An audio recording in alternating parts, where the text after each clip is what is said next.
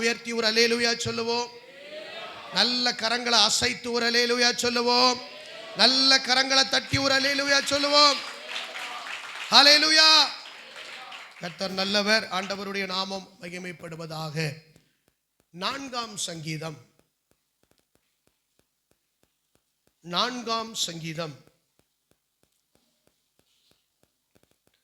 3ஆம் வசனத்தை நாம் யாவரும் சேர்ந்து வாசிக்க போகிறோம். பக்கம் பழைய ஏற்பாட்டில் 672ஆம் பக்கம்.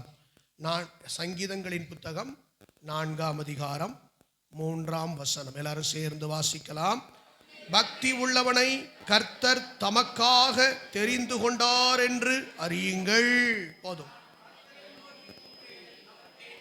ஆமென். அல்லேலூயா.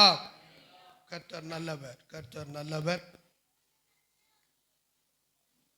ஆண்டவருடைய நாமம் மகிமைப்படுவதாக. இந்த சங்கீதத்தை மையப்படுத்தி ஒரு வார்த்தையை தியானிக்க போகிறோம். இந்த சங்கீதம் தாவீது பாடின சங்கீதம். இந்த சங்கீதத்தில் முக்கியமான ஒரு 3 காரியங்கள் இருக்கிறது. அதை வார்த்தையாக நான் உங்களுக்கு சொல்லுகிறேன். முதலாவது, பக்தி உள்ளவனை கர்த்தர் தமக்காக தெரிந்து கொண்டார். எல்லாரும் சொல்லுங்க, அவருக்காக தெரிந்து கொண்டார். கரங்களை உயர்த்தி ஒரு ஆமென் சொல்லுங்க. அல்லேலூயா.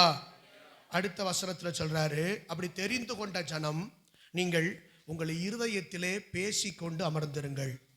எல்லாரும் சொல்லுங்க, உங்க இருதயத்தில் பேசிக்கொண்டு.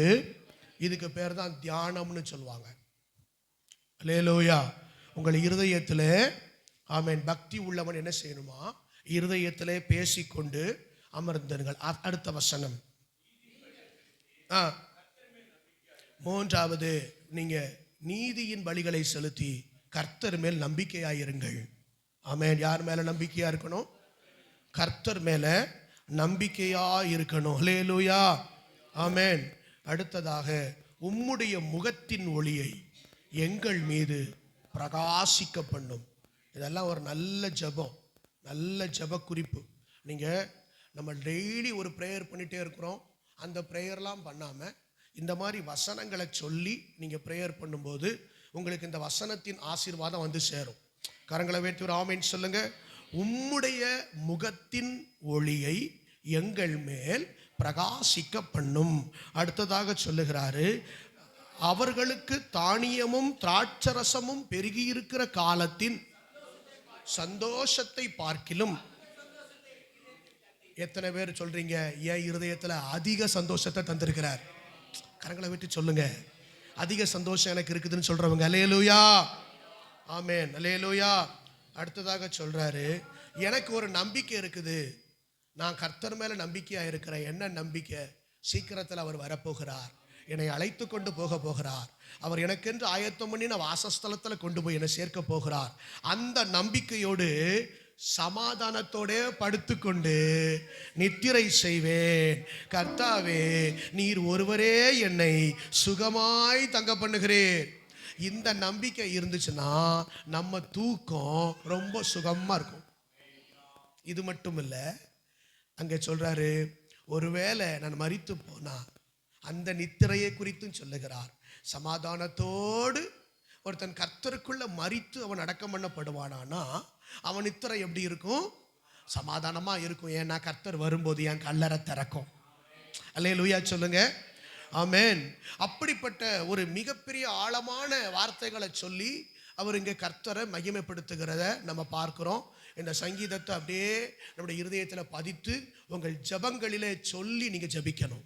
கரங்களை உயர்த்தி ஒரு ஆமென் சொல்லுங்க. நல்ல உற்சாகமா இருங்க. ஆமென் சொல்லுங்க. அல்லேலூயா.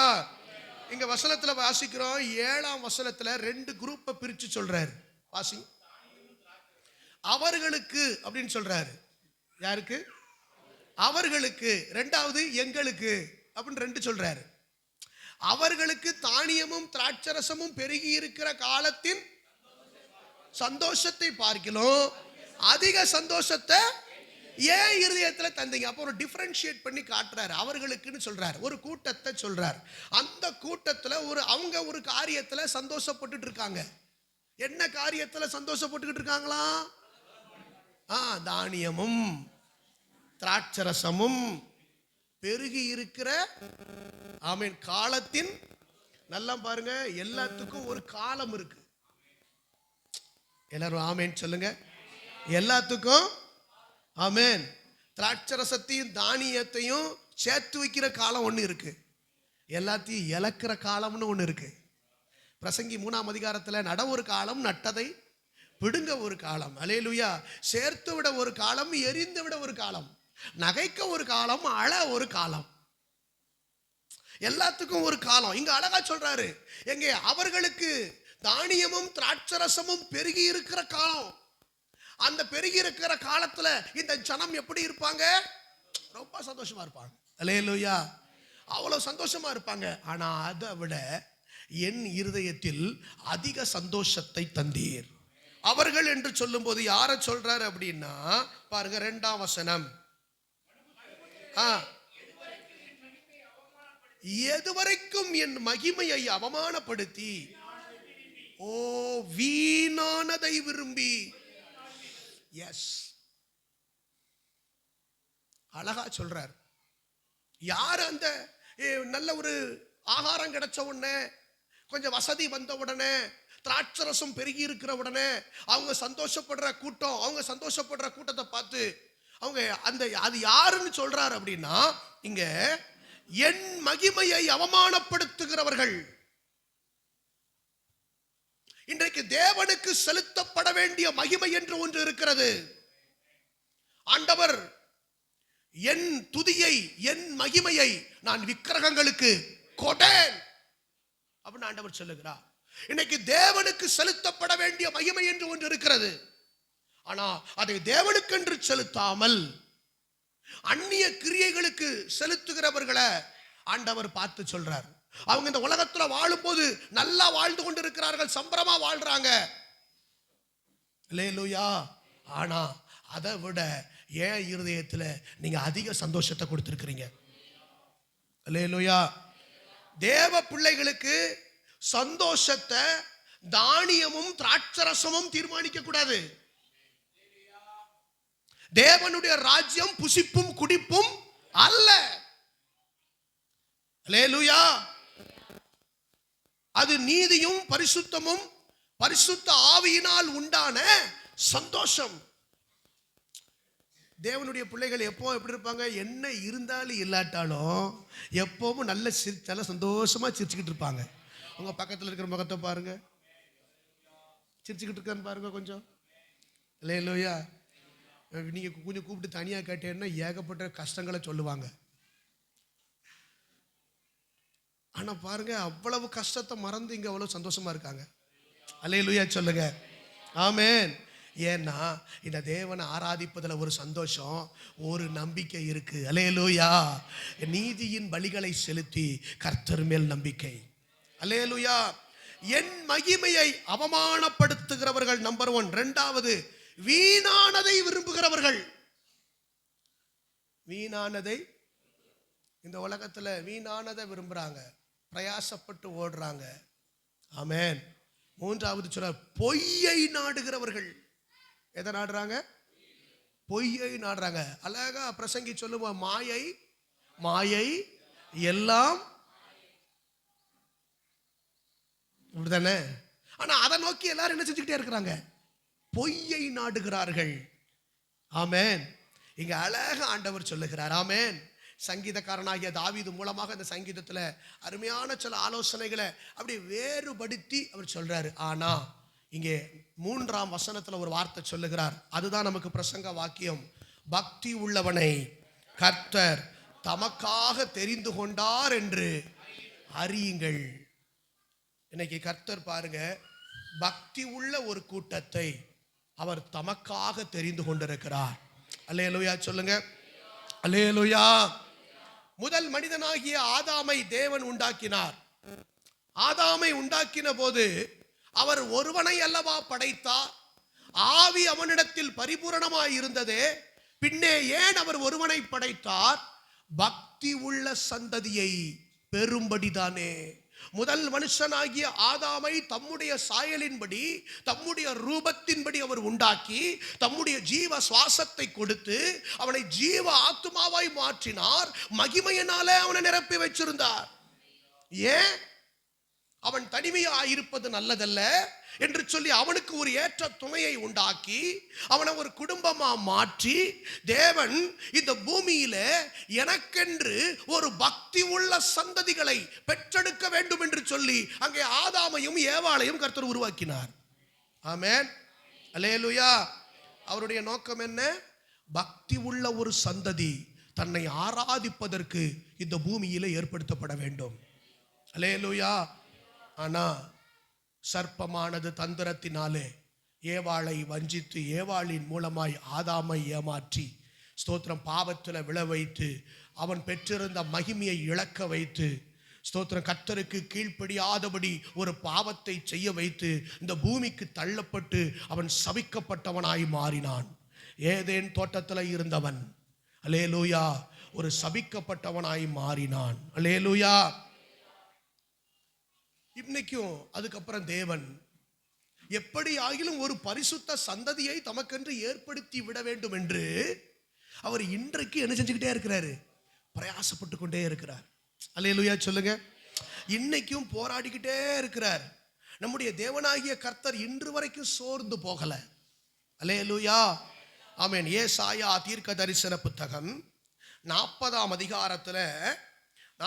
அதிகாரத்துல நம்ம பார்க்கிறோம். ஸ்தோத்திரம் ஸ்தோத்திரம். கர்த்தர் நல்லவர்.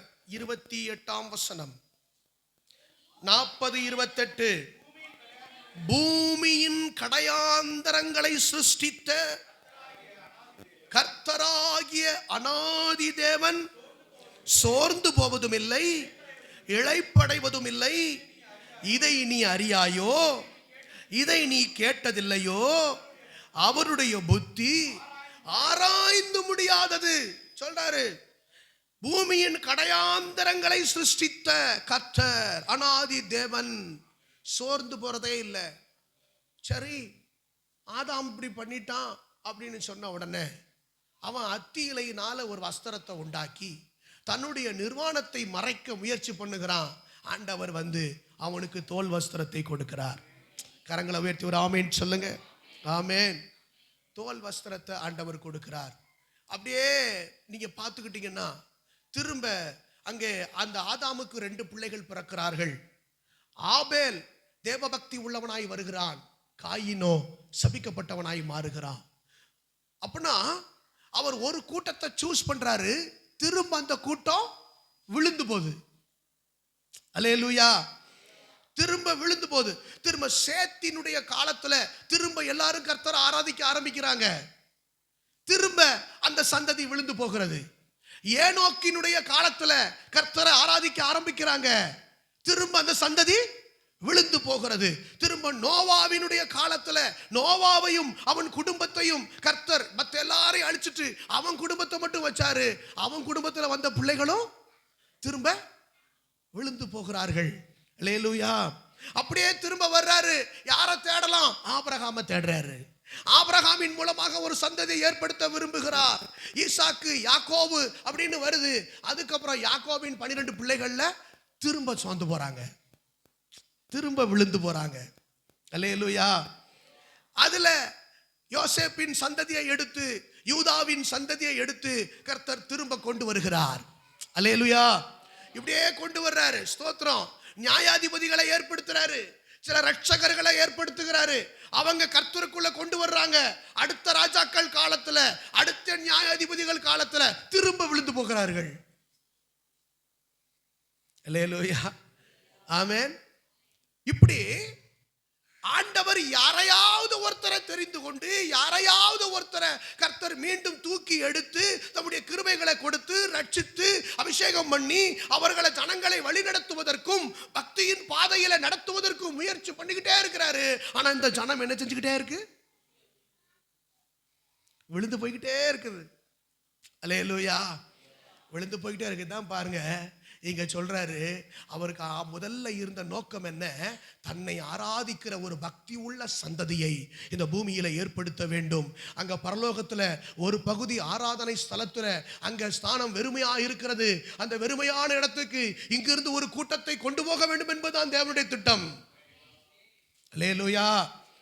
பாருங்க, இவ்வளவு சோர்ந்து இந்த ஜனங்கள் போனாலும் பைபிள் சொல்லுகிறது 28ஆம் வசனத்துல, பூமியின் கடையாந்தரங்களை சிருஷ்டித்த அனாதி தேவன் இன்னைய வரைக்கும் சோர்ந்து போல. அல்லேலூயா சொல்லுங்க. அப்படியே சோர்ந்து போகாத தேவன் கடைசியில் பார்த்தாரு. எத்தனையோ வழிமுறைகளை வச்சு பார்த்தாரு. அல்லேலூயா. என்னெல்லாமோ செஞ்சு பார்த்தாரு. எப்படியாவது எதையாவது ஒன்றை செலுத்தி ஏதாவது ஒரு கிரயத்தை கொடுத்து என் கிட்ட வந்துரு அப்படின்னு சொல்லி எவ்வளவோ அழைச்சு பார்த்தாரு. வரல. அதுக்கப்புறம் பார்த்தாரு, என்னுடைய ஒரே பேரான குமாரனை நான் இந்த பூமிக்கு அனுப்புறேன்.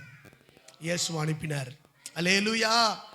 இந்த பலியினாலே நான் எல்லா ஜனத்தையும் சேர்த்து கொள்ள விரும்புகிறேன் என்று சொல்லி ஆண்டவராகிய இயேசு கிறிஸ்துவின் மூலமாய், அவர் சிலுவையிலே அடையப்பட்டதின் மூலமாய் இன்னைக்கு ஒரு கூட்ட ஜனத்தை தமக்கென்று கர்த்தர் தெரிந்து கொண்டிருக்கிறார். நல்ல கரங்களை உயர்த்தி ஒரு அல்லேலூயா சொல்லுங்க. அல்லேலூயா. பக்தி உள்ள சந்ததி. இப்ப கர்த்தரை ஆராதிக்க நம்ம எல்லாம் வர்றோம். ஆனா ஆண்டவர் அது பக்தி உள்ள சந்ததியாய் இருக்க வேண்டும். தான் விரும்புகிற ஒரு பக்தியோடு இருக்க வேண்டும் என்று கர்த்தர் விரும்புகிறார். ரொம்ப முக்கியம். நேச்சுரலாகவே நீங்க பார்த்தீங்கன்னா நம்ம தேசத்துல எல்லா ஜனங்களும் எப்படிப்பட்டவங்க? ரொம்ப பக்தி உள்ளவங்க. அப்படித்தானே? ரொம்ப பக்தி உள்ளவங்க.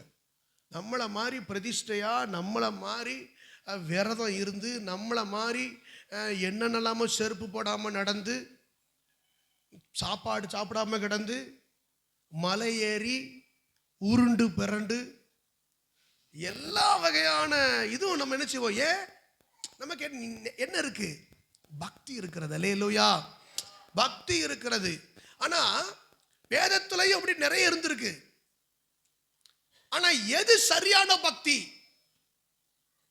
தேவன் எதை தெரிந்து கொள்ளுகிறார்? தேவன் எதை விரும்புகிறார்? இன்னைக்கு ரட்சிக்கப்பட்டோம் என்று சொல்லுகிற ஒரு தேவனுடைய பிள்ளைகளுடைய கூட்டத்தில் அவர் விரும்புகிற பக்தி இருக்குதா? அல்லேலூயா. உலகத்தில் இருக்கிறவனும் பக்தி தான். ஆனா அது தேவன் விரும்புகிற பக்தி அல்ல. ஆமென். சபைக்குள்ள இன்னைக்கு ரட்சிக்கப்பட்டு வந்திருக்கிறோம். ரட்சிக்கப்பட்டு வந்திருக்கிற நமக்குள்ள அந்த தேவன் விரும்புகிற பக்தி இருக்குதா என்பதை நம்ம ஆராயணும். கரங்களை உயர்த்தி ஒரு ஆமென் சொல்லுங்க. அல்லேலூயா. அப்போஸ்தல நடபடிகள், அப்போஸ்தல நடபடிகள், ஸ்தோத்திரம். அத்தேனே பட்டணம் எங்க இருக்கு?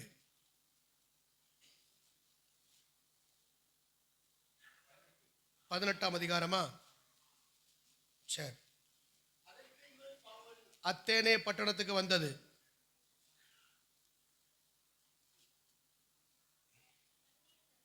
பதினேழு 16. சரி, இங்க பாருங்க. 17, 19 வாசிங்க. அப்போஸ்தலனாகிய பவுலை அவர்கள் மார்ஸ் மேடைக்கு அழைத்து கொண்டு போய், நீ சொல்லுகிற புதிதான உபதேசம் என்னதென்று நாங்கள் அறியலாமா அப்படின்னு கேட்கிறார். அல்லேலூயா. 22ஆம் வசனம் வாசிங்க. மார்ஸ் மேடையின் நடுவில் நின்று, அத்தேனரே, எந்த விஷயத்திலும் நீங்கள் மிகுந்த தேவ பக்தி உள்ளவர்கள் என்று அங்க வந்து பார்க்கிறான். எந்த ஊருக்கு வர்றான்? அத்தேனே. எந்த ஊரு சொல்லுங்களேன்? தேனே, தேனே, அத்தேனே. ஏன் இப்படி முழுங்குறீங்க? தேனுன்னு சொன்ன உடனே முழுங்கிட்டீங்களோ? சரி, சொல்லுங்க. அத்தேனே. அத்தேனே பட்டணத்துக்கு வந்தாங்களாம். வந்த உடனே அங்க உள்ள ஜனங்களை நீங்க பார்த்தீங்கன்னா, ரொம்ப பவுல் பார்த்து சொல்றான், உங்களை பார்க்கும்போது தெரியுது நீங்க ரொம்ப பக்தி உள்ளவர்கள். அல்லேலூயா. எப்படி பக்தி உள்ளவர்கள் அப்படின்னு தெரியுதுன்னா, அடுத்த வசனம். எப்படி என்றால் நான் சுற்றி திரிந்து உங்கள் ஆராதனைக்குரியவைகளை கவனித்து பார்த்த பொழுது அறியப்படாத தேவனுக்கு என்று எழுதியிருக்கிற ஒரு பலிபீடத்தை கண்டேன். அவன் சொல்றான் பாருங்க, நான் உங்க ஊரெல்லாம் சுத்தி பார்த்தேன். சுத்தி பார்த்துட்டு பார்த்தா நீங்க ஒரு எல்லா நல்ல தோத்திர கவனி, நீங்க கும்பிடுற சாமிய, உங்க ஆராதனைய நான் இதெல்லாம் பார்க்கிறேன். பார்க்கும்போது நீங்க நிறைய கோயில் கட்டி வச்சிருக்கீங்க. என்னது? நிறைய கோயில் கட்டி வச்சிருக்கீங்க. கடைசியில வந்து பார்க்கறான், ஒரு கோயில் வித்தியாசமா இருக்கு. அந்த கோயில்ல என்ன எழுதி வச்சிருக்கான்? அறியப்படாத தேவனுக்கு. அப்படின்னா என்ன அர்த்தம்? அவன் எல்லாவற்றுக்கும் எந்த சாமியையும் விட்டுறக்கூடாது. எல்லா சாமிக்கும் ஒரு கோயிலை கட்டி அந்த சாமியை கும்பிடணும்னு நினைக்கிறவன் அந்த ஊர்க்காரன். அதுக்கப்புறம் யோசிக்கிறான், ஒருவேளை ஏதாவது ஒரு சாமியை விட்டுருப்போமோ, ஒருவேளை ஏதாவது ஒரு சாமியை நம்ம கும்பிடாம விட்டுருப்போமோ. இப்போ நம்மெல்லாம் எல்லாரும் இந்துலேருந்து ரசிக்கப்பட்டு வந்தோம், அப்படி தானே? இந்துலேருந்து ரசிக்கப்பட்டு வந்த உடனே நம்மகிட்ட எங்கே பார்த்தாலும் நமக்கு அப்படி தானே முன்னால் வருவான். ராத்திரி 12 மணிக்கு டர்ன்னு அடிச்சுட்டு வந்துடுவான். என்ன அப்படின்னா, நீ ஏன் தெரியுமா, உனக்கு உனக்கு உனக்கு ஏன் இப்படி வீட்டில் எப்படி நடக்குது தெரியுமா, நீ உன் குல தெய்வத்தை மறந்துட்ட அப்படின்ட்டுருவான். உடனே யோசிப்பான், ஆமாம் நான் பொங்கல் வைக்கலை அப்படி. நீ உனக்கு என்ன செய்யும் நினைவு, ரொம்ப நாளாக என் தெய்வம் அந்த குல தெய்வத்தை மறந்துட்டேன், அது எங்கேயாவது முள்ளு முட்டுக்குள்ளே கிடக்கும் ஒரு கல். உடனே நேராக போய் அந்த முள்ளு மூடெல்லாம் வெட்டி போட்டுட்டு அந்த கல்லை தூக்கி நிமித்து வச்சு அதை போட்டு லேசாக வெள்ளையை சுண்ணாம்பு அடித்து அது மேலே தண்ணியை ஊற்றி அதுக்கப்புறம் அதுக்கு என்ன தேவை செலுத்திட்டு, ஏன் அதை விட்டதுனால என்ன போச்சு, அதுதான் இந்த காலரா வந்திருக்கு, அதுதான் இந்த வயிற்று வலி வந்திருக்கு அப்படின்னு சொல்லி நமக்குள்ள முன்னால நம்ம அப்படி நினைச்சோம். நான் சொல்றது வேற்றுக்கிரக வாசிகளுக்கு சொல்லலை, நமக்கு தான் சொல்றேன். நீங்க அப்படி ஆமா அப்படி நடந்தது உண்டுன்னா ஒரு ஆமேன்னு சொல்லலாம். அல்லேலூயா. நம்ம அப்படித்தான் கும்பிட்டுக்கிட்டு இருந்தோம், அப்படித்தானே? அப்படி கும்பிட்டுக்கிட்டு இருந்தோம். இவன் அந்த மாதிரி யோசிச்சிருக்கான், நம்ம ஒரு தெய்வத்தை விட்டுறக்கூடாது. அப்ப என்ன செய்யணும், ஏதாவது ஒரு தெய்வத்தை விட்டுட்டு ஒருவேளை பேர் தெரியாம கூட நமக்கு இருக்கலாம், அதனால நம்மளே பேர் வச்சிரும். அறியப்படாத தேவனுக்கு ஒரு கோயில். எதுக்கு? அறியப்படாத தேவனுக்கு ஒரு கோயில் அப்படின்னு கட்டி அந்த கோயிலுக்கும் கொடை கொடுத்து பொங்கல் விட்டு என்ன செய்யறான் இவன். சுத்தி பார்க்கறான் பவுல், எல்லா ஊரை சுத்தி பார்த்தா அதுக்கு ஒரு கோயில், இதுக்கு ஒரு கோயில், இதுக்கு ஒரு கோயில், இதுக்கு ஒரு கோயில் அப்படின்னு போட்டு நடுவுல இப்படி ஒரு கோயில், அறியப்படாத தேவனுக்குன்னு. இதெல்லாம் பார்த்த உடனே சொல்றான், உங்க ஆராதனைக்குரிய மரிமிகை முறைகள் எல்லாம் பார்க்கும்போது காலையிலே வந்து நீங்க எல்லாரும் தோப்புக்கரணம் போடுவீங்க, இந்த குளிர்லயே போய் குளிச்சுட்டு பட்டை அடிச்சுட்டு வர்றீங்க. இதெல்லாம் பார்க்கும்போது, உங்க ஆராதனை முறைமைகளை எல்லாம் பார்க்கும்போது நீங்க ரொம்ப தெய்வ பக்தி உள்ளவர்கள் என்று நான் காண்கிறேன். பார்க்கறான். அல்லேலூயா. நேச்சுரலாகவே இந்த ஜனங்கள்லாம் நம்மளும் அப்படித்தானே, 30 கோடியையும் விடுறதில்லை. தெருக்கோடியில் நின்னாலும் 30 கோடியையும் விடுறதில்லை. கடன் வாங்கி வட்டிக்கு வாங்கியாவது நம்ம என்னமாவது செஞ்சு காப்பு கட்டி என்னத்தையாவது கட்டி, ஆமாம் அல்லேலூயா, செஞ்சுக்கிட்டு இருந்திருக்கிறோம், அப்படி தானே? அல்லேலூயா. நீங்கள் ஏதாவது ஒன்று சொல்லுங்க. அல்லேலூயா. ஆமென். கர்த்தர் நல்லவர். இத மாதிரி நம்மளும் இருந்தோம். அப்ப தேவ பக்தி உள்ளவர்கள் நேச்சுரலாவே அவங்க யாரு? தேவ பக்தி உள்ளவர்கள். ஆனா ஒரு வார்த்தை சொல்றான், நீங்கள் அறியாமல் ஆராதிக்கிற அவரையே நான் உங்களுக்கு. அப்போ இந்த தேவ பக்தி இருந்தது, ஆனா சரியான பக்தியாய் இல்லை.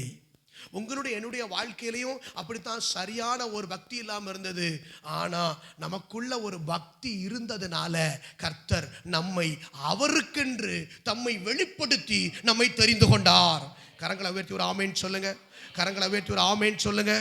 அல்லேலூயா. நீ உன்ட பக்தி இருக்கு, ஆனா நீ சரியான இடத்துல காட்டல.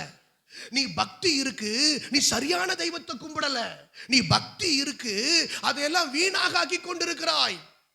அதனால அவர் ஜீவனுள்ள தேவனாகிய கிறிஸ்து தம்மை வெளிப்படுத்தி இன்னைக்கு ரட்சித்து உங்களை என்னையும் கர்த்தர் சபைக்குள்ள கொண்டு வந்திருக்கிறார். நல்ல கரங்களை உயர்த்தி ஒரு ஆமென் சொல்லுங்க. ஹல்லேலூயா.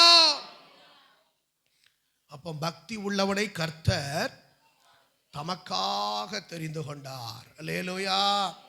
ஆமென். இன்னைக்கு நம்மிடத்துல பக்தி இருக்குதா அப்படிங்கிறத சில காரியங்களை பார்க்கணும். ஆமென், அல்லேலூயா. 2-3 காரியங்களை, 2-3 மனிதர்களை உங்களுக்கு முதல்ல சொல்றேன். அதுக்கப்புறம் பக்தி எப்படிலாம் இந்த கடைசி காலத்துல மாறிட்டுங்கிறத சொல்றேன். அல்லேலூயா. முதலாவது அப்போஸ்தல நடவடிக்கைகள் 2ஆம் அதிகாரம் 10ஆம் அதிகாரம் 2ஆம் வசனம். அவன் தேவ பக்தி உள்ளவனும் தன் வீட்டார் அனைவரோடும் தேவனுக்கு பயந்தவனுமாயிருந்து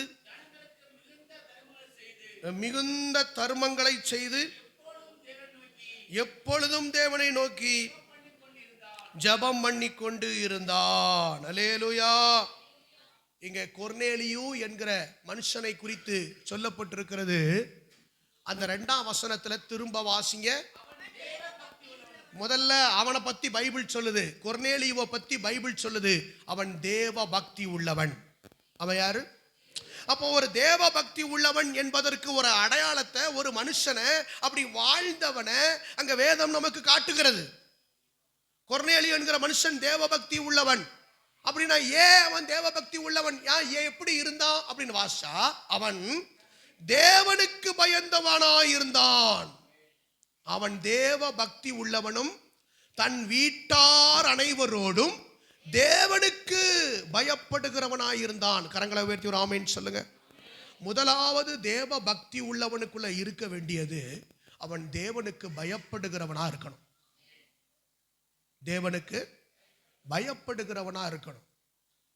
ஸ்தோத்திரம். இந்த கடைசி காலத்துல தேவனை பற்றி கொள்ளுகிற, தேவன் மேல ஒரு பயமில்லாத ஒரு ஸ்தோத்திர சூழ்நிலை உருவாக்கி கொண்டிருக்கிறது. அல்லேலூயா.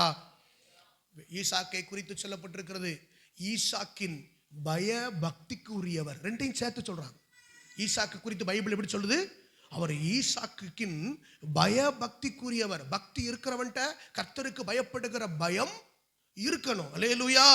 கர்த்தருக்கு பயப்படுகிற பயம் என்றால் என்ன? கர்த்தருடைய வார்த்தைகளுக்கு செவி கொடுத்து கர்த்தருடைய வார்த்தைகளை அப்படியே கை கொள்ளுகிற மனுஷன் தேவனுக்கு பயப்படுகிற மனுஷன். ஆபிரகாமை குறித்து வேதத்துல வாசிக்கிறோம். ஆதியாகமம் 22ஆம் அதிகாரத்துல தன்னுடைய குமாரனாகிய ஈசாக்கை பலி செலுத்துவதற்கு அவன் மோரியா மலையில கொண்டு அவன் பலி செலுத்த அந்த முயற்சித்த அந்த வேளையில ஆண்டவர் பேசினார், ஆபிரகாமே, பிள்ளையாண்டான் மேல கையை போடாதே, நீ என் சொல்லுக்கு கீழ்ப்படிந்தபடியால் இப்பொழுது நீ தேவனுக்கு பயப்படுகிறவன் என்று நான் அறிந்திருக்கிறேன். அப்ப தேவனுக்கு பயப்படுகிறவன் என்றால் யாரு? கர்த்தருடைய சொல்லுக்கு கீழ்ப்படுகிறவன். அல்லேலூயா சொல்லுங்க. கர்த்தருடைய வார்த்தைக்கு. ஆபிரகாம் சாதாரண வார்த்தைக்கு கீழ்ப்படிஞ்சானா? ஆசிங்க ஆதியாகமம் 22:12.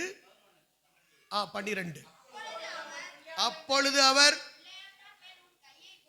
பிள்ளையாண்டான் மேல் உன் கையை போடாதே, அவனுக்கு ஒன்றும் செய்யாதே, நீ அவனை உன் புத்திரன் என்றும் உன் ஏகசுதன் என்றும்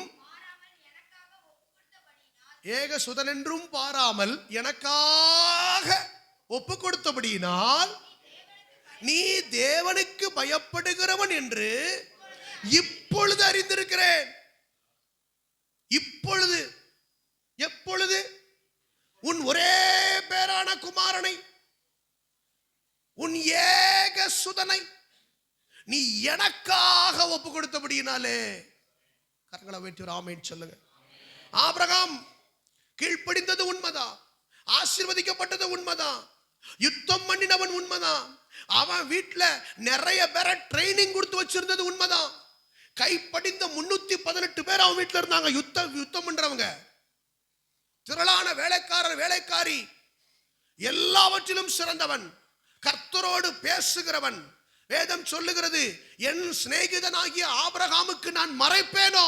கர்த்தருடைய சிநேகிதன் என்று சொல்லப்பட்டவன், விசுவாசத்தின் தகப்பன் என்று எண்ணப்பட்டவன். ஆனால் இவை எல்லாவற்றிற்கும் மேலாக தேவன் அவனுக்கு கொடுக்கிற சர்டிபிகேட், நீ தேவனுக்கு பயப்படுகிறவன் என்று நான் இப்பொழுது அறிந்திருக்கிறேன். அல்லேலூயா. 12ஆம் அதிகாரத்தில் அழைச்சார். 22ஆம் அதிகாரம் வரைக்கும் அவனுடைய வாழ்க்கையில மிகப்பெரிய காரியம். அல்லேலூயா. ஆசீர்வாதங்கள், நிறைய காரியங்கள் வந்தது. ஆனா 22ஆம் அதிகாரத்தில் வந்துதான் சொல்றாரு, இப்பொழுது, எல்லாரும் சொல்லுங்க, இப்பொழுது நீ தேவனுக்கு பயப்படுகிறவன் என்று அறிந்திருக்கிறேன். தேவ பக்தி உள்ளவன்ட்ட என்ன இருக்கணும்? நான் சொல்றேன், நீங்க ரட்சிக்கப்பட்ட நாள்ல நீங்க எப்படி இருந்தீங்கிறது முக்கியம் இல்லை. சபைக்கு வந்து எனக்கு 10 வருஷம் ஆச்சு, 15 வருஷம் ஆச்சு, நான் சீனியர் விசுவாசி, நான் பெரிய ஆளு, அதெல்லாம் கிடையாது. இப்போ எப்படி இருக்கிறீங்க? Now today. அங்கே ஆபிரகாம் 12ஆம் அதிகாரத்தில் அழைச்சாச்சு. 22ஆம் அதிகாரம் சொல்றாரு, நீ அன்னைக்கு கீழ்ப்படிஞ்ச சரி ஆபிரகாம், இன்னைக்கு கீழ்ப்படியான்னு பாக்குற. நீ ரட்சிக்கப்பட்ட அன்னைக்கு கீழ்ப்படிஞ்சது உண்மைதான். உனக்கு மாம்சத்துக்கு விருப்பப்பட்ட விஷயத்தெல்லாம் விட்டுட்டு வந்தது உண்மைதான். அன்னைக்கு நீ வேறு பிரிக்கப்பட்டது உண்மைதான். உன் இனத்தையும் உன் தகப்பன் வீட்டையும் உன் ஜனத்தை விட்டு புறப்பட்டு நீ வேறு பிரிக்கப்பட்டு வந்தது உண்மைதான். அல்லேலூயா. ஆண்டவர் சொன்னார், நீ உத்தமனா நடந்துக்கோன்னு சொன்ன உடனே நீ உத்தமனா நடந்து கொண்டாய், உண்மைதான். எல்லாம் உன்கிட்ட இருந்தது உண்மைதான். ஆனா இன்னைக்கு, அன்னைக்கு இருந்த அதே கீழ்ப்படிதல், அன்னைக்கு இருந்த அதே விசுவாசம், அன்னைக்கு இருந்த அதே பக்தி இன்னைக்கு உன்கிட்ட இருக்குதா? அவர் சொல்ல, இப்பொழுது அறிந்திருக்கிறேன் நீ தேவனுக்கு பயப்படுகிறவன் என்பதை. பக்கத்தில் கைப்பிடிச்சு சொல்லுங்க, இப்போ கர்த்தர் உங்களை பார்த்து சொல்லுவாரா? இப்போ உங்களை பார்த்து சொல்லுவாரா? அப்படி சொன்னாருன்னா தேவபக்தி உள்ளவர்கள் தான். கரங்களை உயர்த்தி ஒரு ஆமேன் சொல்லுங்க. அல்லேலூயா சொல்லுங்க. ஆமேன். ஒரு பொய் சொல்ல பயப்படுவோமே. வேதம் சொல்லுகிறது, பொய் சொல்லுகிறவர்கள் அக்கினி கடலிலே தள்ளப்படுவார்கள். இந்த வசனம் நல்ல வசனம், கொஞ்சம் சொல்லுங்களேன். பொய் பேசுகிறவர்கள் அக்கினி கடலிலே தள்ளப்படுவார்கள்னு வசனம் கேட்ட உடனே பயம் வந்து பொய் சொல்லக்கூடாதுன்னு நினைச்சோமே. ஆனா இப்ப சரளமா பொய் வருதே. லேலோயா. அநீதி செஞ்சிடக்கூடாதுன்னு நினைச்சோமே. ஆனா இப்போ யார் எப்படி போனா என்ன, நம்ம நல்லா இருந்தா போதும், அதுக்கு என்ன சம்பவிச்சாலும் பரவாயில்ல அப்படின்னு கடந்து போறோமே. இப்ப நமக்குள்ள என்ன குறைஞ்சு போச்சு? தேவனுக்கு பயப்படுகிற பயம் குறைஞ்சு போச்சு. அல்லேலூயா சொல்லுங்க. அல்லேலூயா. இன்னைக்கு இந்த வருஷத்தின் இறுதியில கர்த்தர் பேசுகிறார், நீ தேவ பக்தி உள்ளவனானால் நீ தேவனுக்கு பயப்படுகிறவனா இருக்கணும். அல்லேலூயா. நீ தேவனுக்கு பயப்படுகிறவனாயிருக்க வேண்டும். அல்லேலூயா. அப்போஸ்தல நடபடிகள் 22ஆம் அதிகாரம்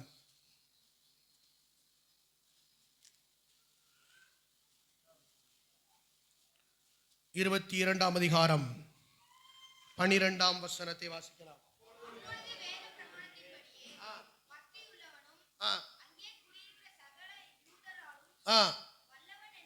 வல்லவனா நல்லவனா? நல்லவனும் நல்லவன் என்று சாட்சி பெற்றவனுமாகிய அனனியா. இங்க அனனியா என்கிற ஒரு மனுஷனை குறித்து சொல்லுகிறது. அங்கே கொர்நேலியோவை குறித்து சொல்லுச்சு, இங்க யாரை குறித்து சொல்லுது? அனனியா. அனனியாவை குறித்து என்ன வசனம்? திரும்ப வாசிங்கப்பா. அப்பொழுது வேத பிரமாணத்தின்படியே பக்தி உள்ளவனும், இவனையும் அனனியாவையும் பத்தி சொல்லுது. அவன் யாரா? பக்தி உள்ளவன். கொர்நேலியோவை பத்தி என்ன சொல்லுச்சு? பக்தி உள்ளவன், தேவனுக்கு பயப்படுகிறவன். இங்க சொல்லுது, இங்கே அனனியா என்பவனும் வேத பிரமாணத்தின்படியே பக்தி உள்ளவனும், அங்கே குடியிருக்கிற எல்லா ஜனங்களாலும் நல்லவன் என்று சாட்சி பெற்றவனுமாகிய அனனியா. இப்ப ரெண்டாவது, தேவனுக்கு பக்தி உள்ளவன் அப்படிங்கிறவனுக்கு இருக்க வேண்டிய குவாலிட்டி என்ன? அவன் எல்லா ஜனங்களாலும் நல்லவன் என்று நற்சாட்சி பெறுகிறவன். எல்லாரும் சொல்லுங்க, நல்லவன் என்று. யார் இந்த அனனியா சொல்லுங்க, யார் இந்த அனனியா சொல்லுங்க, டக்குன்னு சொல்ல வேண்டாமா? சவுல ரட்சிப்புக்குள்ள, அவனை அபிஷேகத்துக்குள்ள நடத்தினவன். அல்லேலூயா. சவுல் ரட்சிக்கப்பட்டு ஆண்டவர் சொல்றாரு, தர்சு பட்டணத்தாகிய சவுல் என்ன தேடுறான், ஜெபம் பண்றான். அனனியாவே, நீ போய் அவனை போய் பாரு. அவன் பார்வை அடையும் படிக்கும், பரிசுத்த ஆவியினால நிரப்பும் படிக்கும் நான் உன்னை அனுப்புறேன். அனனியாவை கொண்டுதான் கர்த்தர் பவுல அபிஷேகம் பண்ணினார். எல்லாரும் கரங்களை வைத்து ஆமென் சொல்லுங்க, அல்லேலூயா சொல்லுங்க, ஆமென். தமஸ்கு பட்டணத்தில் உள்ள அங்க அனனியா என்கிற பேர் உள்ளவன் அவன் தான். தோத்திரம். அவனுக்கு நல்ல ஆவியில் நிறைஞ்சிருந்தான், நல்ல ஊழியம் சேரவனா இருந்தான். அவனை வச்சுதான் பவுல் அபிஷேகம் பண்ணினார். ஆமென், அல்லேலூயா. இந்த அனனியாவை பத்தி அங்க ஒரு மிகப்பெரிய சாட்சி. என்ன சாட்சி? அவன் யாரு? அவன் யாரா? எல்லாம் கொஞ்சம் சொல்லுங்க. நல்லவன், நற்சாட்சி பெற்றவன். ஏன் இந்த வாயத்திறந்து சொல்ல மாட்டேங்கல? இடத்தையாவது முழுங்கிக்கிட்டு உட்கார்ந்துருக்கல, வாயத்திறந்து சொல்லுங்க. நல்லவனும் நற்சாட்சி பெற்றவனும். அல்லேலூயா. உங்களை பத்தி பக்கத்துல கேட்டா என்ன சொல்லுவாங்க? உங்களை ஒரு 4 பேர் நல்லவம்னு சொல்லுவானா? முத்து பிரதர் தலையாட்டுதாரு, சொல்ல மாட்டாங்க ஐயா. நற்சாட்சி இருக்கா? தேவபக்தி உள்ளவன் எப்படி இருக்கணும்? நற்சாட்சி உள்ளவனா இருக்கணும். நற்சாட்சி உள்ளவனா இருக்கணும். அல்லேலூயா சொல்லுங்க, ஆமென். அவன் ரொம்ப நல்லவன். அவன் உண்மையிலே ஆண்டவருடைய பிள்ளைன்னா அப்படிதான் இருக்கணும். ரட்சிக்கப்பட்ட பிறகு அவன் ஆளே மாறிட்டான். சே, எவ்வளவு மோசமா இருந்தான் தெரியுமா? உண்மையிலே அவன் ரொம்ப நல்லவன்பா. சொல்லுவாங்களா அவங்கள? உங்க பக்கத்து வீட்டில் கேட்கலாமா? பக்கத்து வீட்டில் கேட்கலாமா? நீங்க வேலை பார்க்குற இடத்துல கேட்கலாமா? நீங்க போக்குவரத்துமா இருக்கிற இடத்துல கேட்கலாமா? என்ன சொல்லுவாங்க? உங்க கிளாஸ்ல கேட்கலாமா?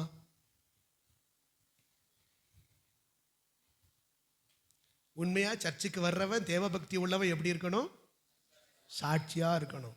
அல்லேலூயா, ஆமென். சாட்சி உள்ள வாழ்க்கை வேணும். கர்த்தர் நல்லவர். அப்ப நம்ம சர்ச்சுக்கு தேவபக்தி உள்ளவன்னா யாரு அப்படின்னா, சாட்சி உள்ள வாழ்க்கை வாழ்றவன். அல்லேலூயா, ஸ்தோத்திரம். நம்முடைய வாழ்க்கையில என்னைக்கும் சாட்சியை காத்துக்கொள்ளணும். இந்த சாட்சியை பத்தி அனுபவம் நல்லா பார்த்தீங்கன்னா, ரட்சிக்கப்பட்ட உடனே ரொம்ப வேகமா இருக்கும். அப்படித்தானே? ரட்சிக்கப்பட்ட உடனே பேச பயப்படுவோம், போக பயப்படுவோம், ஒரு ஆள் கூட சேர பயப்படுவோம். இதெல்லாம் என்ன செய்வோம்? ஏன் அவங்க கூட இனிமே சேரக்கூடாது, நம்ம ஏசப்பா பிள்ளை ஆயிட்டோம், வேண்டாம், அவன் ஒரே குடிச்சுக்கிட்டே அலைதான், அவன் போற போக்கு சரியில்லை அப்படின்னு நமக்குள்ள ஒரு தீர்மானத்தை எடுத்து அவனை விட்டு விலகிட்டோம். அப்படித்தானே? விலகிட்டோம். ஆனா நாள் ஆக ஆக நீங்க பாத்தீங்கன்னா நம்ம சேர்க்கே இப்போ அவங்க கூட தான் இருக்கு. நம்ம பழக்க வழக்கமே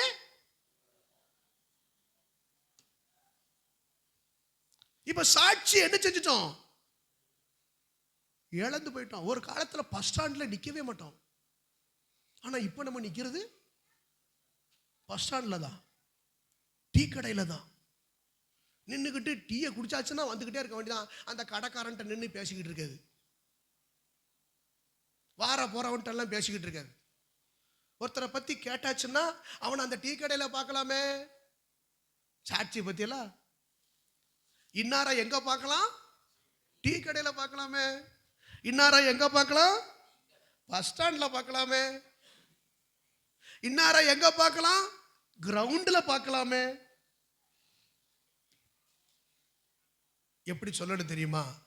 இன்னார பார்க்கணும்னா எங்க பார்க்கலாம்? ஒன்று வீட்டில் இருப்பான், இல்லைன்னா சர்ச்சில் இருப்பான். ஒரு கரங்களை உயர்த்தி ஒரு ஆமேன்னு சொல்லுங்க. அல்லேலூயா. சகோதரி மரம் ஏன் விட்டு வைக்கணும்? எப்போ உங்க வீட்டுக்கு வந்தாலே நீங்க உங்க வீட்லயே இருக்க மாட்டீங்களையா? நான் பக்கத்து வீட்டுக்கு போயிருந்தேன், பக்கத்து வீட்டில் போயிருந்தேன். சிலர் அப்படிதான் அப்படியே ரவுண்ட் அடிச்சுக்கிட்டே வர்றது. அல்லேலூயா. பக்கத்து வீட்டுக்கு எதுக்கு போறாங்க? கதை பேச போறாங்க. அல்லேலூயா. கதை பேச போறாங்க. உட்கார்ந்து ஊர் கதை, உலக கதை. யோசிச்சு பாருங்க சகோதரிகள், நீங்க சுற்றி திரியக்கூடாதுன்னு பைபிள் சொல்லுது.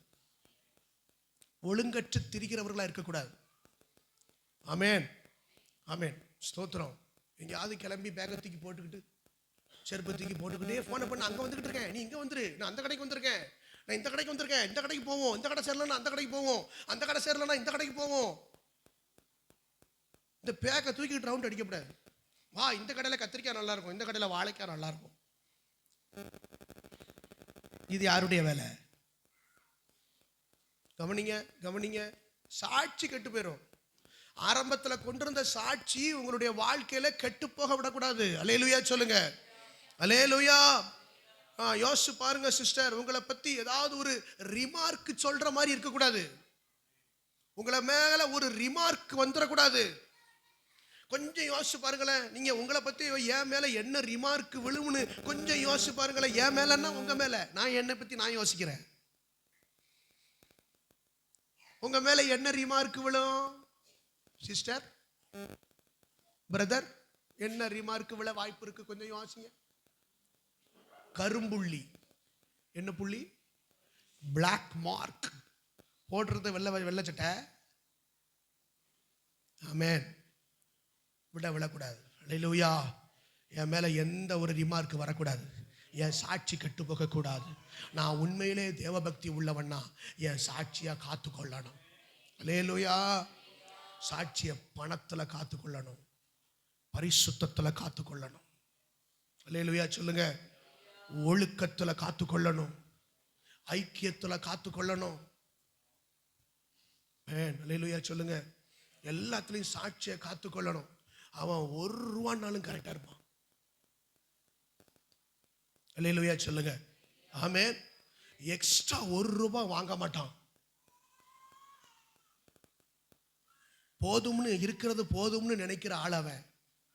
ஒரு அல்லேலூயா சொல்லுங்க. இதெல்லாம் அவனுடைய குவாலிட்டி. ஆமென். அல்லேலூயா. கர்த்தர் நல்லவர். நீங்கள் நானும் ஸ்தோத்திரம் பக்தி உள்ளவர்களாய் காணப்பட வேண்டும். முதல்ல சொன்ன கொர்நேலியு என்பவன் தேவ பக்தி உள்ளவனும் தேவனுக்கு பயப்படுகிறவனுமாய் இருந்தான். அவனுக்கு இன்னொரு குவாலிட்டி என்ன தெரியுமா? தேவ பக்தி உள்ளவன் வேண்டாத காரியங்களை பேசிக்கிட்டு இருக்க மாட்டான். எந்த நேரமும் ஜெபிச்சுக்கிட்டே இருக்கிறவன். அவன் எப்பொழுதும் ஜெபித்து கொண்டிருக்கிறவன். இதுதான் கொர்நேலியுடைய குவாலிட்டி 2. தேவபக்தி உள்ளவனுக்கு. இங்கே அனனியாவை குறித்து சொல்லுகிறது, அவன் நல்லவனும் அவன் நற்சாட்சி பெற்றவனுமாய் இருக்கிறான். கரங்களை வெற்றி ஆமேன்னு சொல்லுங்க. அல்லேலூயா சொல்லுங்க. இந்த 2024 வருஷம் வரைக்கும் நம்ம சபைக்கு வர்றோம், ஆண்டவர் ஆராதிக்கிறோம், வசனம் கேட்கிறோம், ஊழியம் செய்கிறோம், எல்லா காரியங்களும் செய்கிறோம். ஆனால் நம்ம பக்தி எப்படி இருக்குன்னு நம்முடைய ஜீவியத்தில் தெரியும். அல்லேலூயா. நம்ம எப்படி நம்ம பக்தி இருக்குதுன்னு தெரியும். சர்ச்சுக்குள்ள ஒரு மாதிரி வாழ்க்கை, வெளியே போனால் வேற ஒரு மாதிரி வாழ்க்கை இருக்கக்கூடாது. கரங்களை உயர்த்தி ஒரு ஆமேன்னு சொல்லுங்க. அல்லேலூயா. தீமோத்தேயு புஸ்தகத்தில் தேமேத்திரியு அப்படின்னு ஒருத்தர் இருக்கார். வாசிருக்கீங்களா?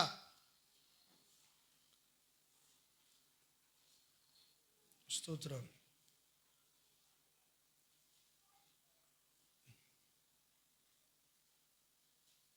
அல்லேலூயா. ஸ்தோத்திரம், ஸ்தோத்திரம். கண்டுபிடிச்சாச்சா? தேமேத்திரியு. கர்த்தர் நல்லவர். எங்க இருக்கு? கண்டுபிடிச்சிட்டீங்களா? கண்டுபிடிச்சிட்டீங்களா இல்லையா? ஸ்தோத்திரம். கர்த்தர் நல்லவர்.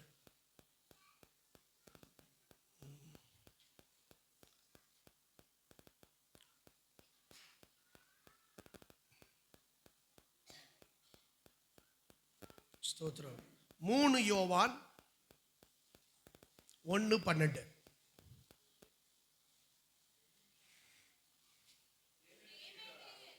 தேமேத்திரியு 3 யோவான்ல 12ஆம் வசனம் வாசிங்க. எல்லாராலும் நற்சாட்சி பெற்றதுமல்லாமல், மூன்றாவது சத்தியத்திலும் நற்சாட்சி பெற்றவன். நல்ல கவனிங்க. எதுல சாட்சி? இங்க மூன்றாவது ஒரு மனுஷனை குறித்து சொல்லப்படுது, தேமே திரியு. எல்லாரும் சொல்லுங்க, எல்லாரும் சொல்லுங்க, தேமே திரியு. நமக்கு இங்க உள்ள பேர் பூரா நல்லா ஈஸியா வருது, ஆனா பைபிள்ல உள்ள பேர் பூரா வரமாட்டேங்க. அப்படித்தானே? மாரியம்மா, சுப்பம்மா, குப்பம்மா, பேச்சும்மா,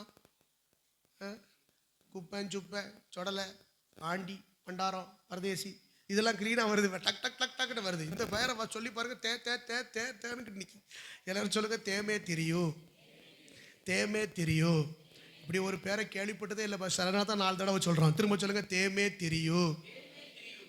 பாருங்க, நமக்கு தெரிஞ்சதெல்லாம் பேதுரு, நமக்கு தெரிஞ்சதெல்லாம் பவுலு, நமக்கு தெரிஞ்சதெல்லாம் யாக்கோபு, நமக்கு தெரிஞ்சதெல்லாம் யோவானு. இதை தவிர வேற யாரும் தெரியாது. அல்லேலூயா. கொஞ்சம் பேர் கொர்நேலியுவை தெரிஞ்சு வச்சிருப்பாங்க, கொஞ்சம் பேர் அனனியாவை தெரிஞ்சு வச்சிருந்திருப்பாங்க. ஆனா தேமே தெரியும் என்பவனை குறித்து வேதம் சொல்லுகிறது. வாசிங்க. எல்லாராலும் நற்சாட்சி பெற்றதும் அல்லாமல் சத்தியத்திலும் நற்சாட்சி பெற்றவன், நாங்களும் சாட்சி கொடுக்கிறோம், எங்கள் சாட்சி மெய்யென்று அறிவீர்கள். மூன்றாவது தேமே திரிவை பத்தி சொல்றது, சாட்சி எல்லாம் சரிதான்ப்பா, ஆனா அவன் சத்தியத்துக்கு கீழ்ப்படிய மாட்டான்.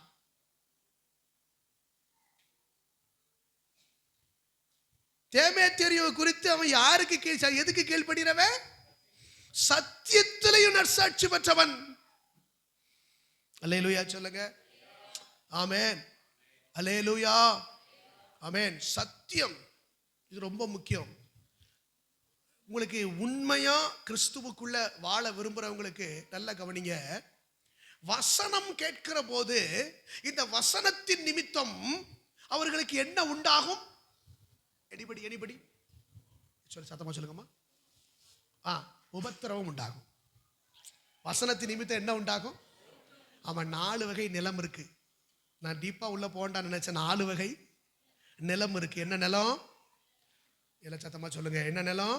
கற்பாறை.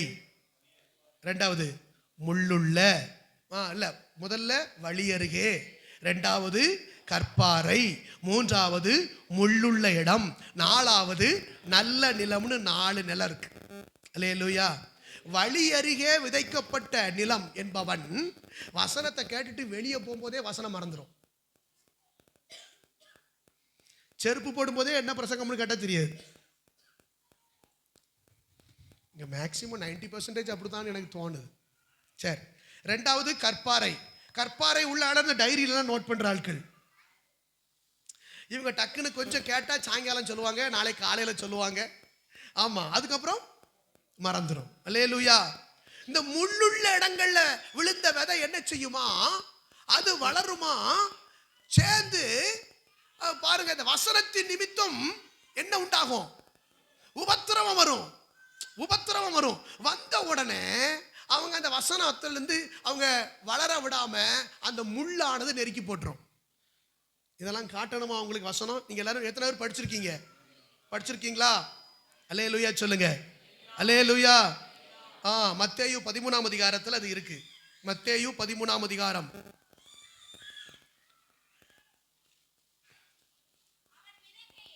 அவன் விதை கையில், எத்தனை வசனமா?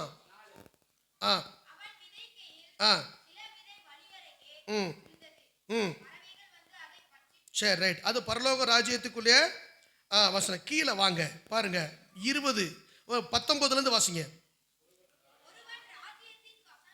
ஒருவன் ராஜ்யத்தின் வசனத்தை கேட்டும் உணராதிருக்கும் போது, எல்லாரும் சொல்லுங்க, வசனத்தை கேட்டு உணரலன்னா அது ரொம்ப ஈஸியா போயிரும் சாத்தானுக்கு. இவர் இப்படி தப்பா பிரசங்கம் பண்ணுவாரு,